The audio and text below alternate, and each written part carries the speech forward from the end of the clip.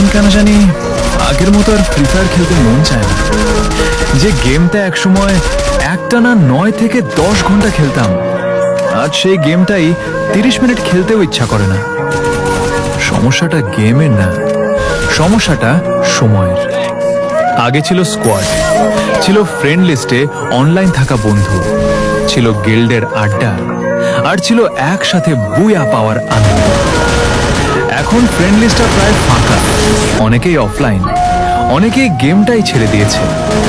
হয়তো গেম বদলেছে, হয়তো আমরাও বদলে গেছি, কিন্তু একটা জিনিস বদলায়নি, ওল্ড ফ্রি ফায়ারের স্মৃতিগুলো। আজও লবিতে ঢুকলেই পুরনো দিনগুলোর কথা মনে পড়ে যায়। সত্যি বলতে গেমের প্রতি ভালোবাসা কমেনি, শুধু সেই মানুষগুলো আর নেই যাদের সাথে গেম খেলার জন্য ঘন্টার পর ঘন্টা অনলাইন থাকতাম। ওল্ড প্লেয়াররা, তোমাদেরও কি এখন আর আগের মতো গেম খেলতে মন চায় না?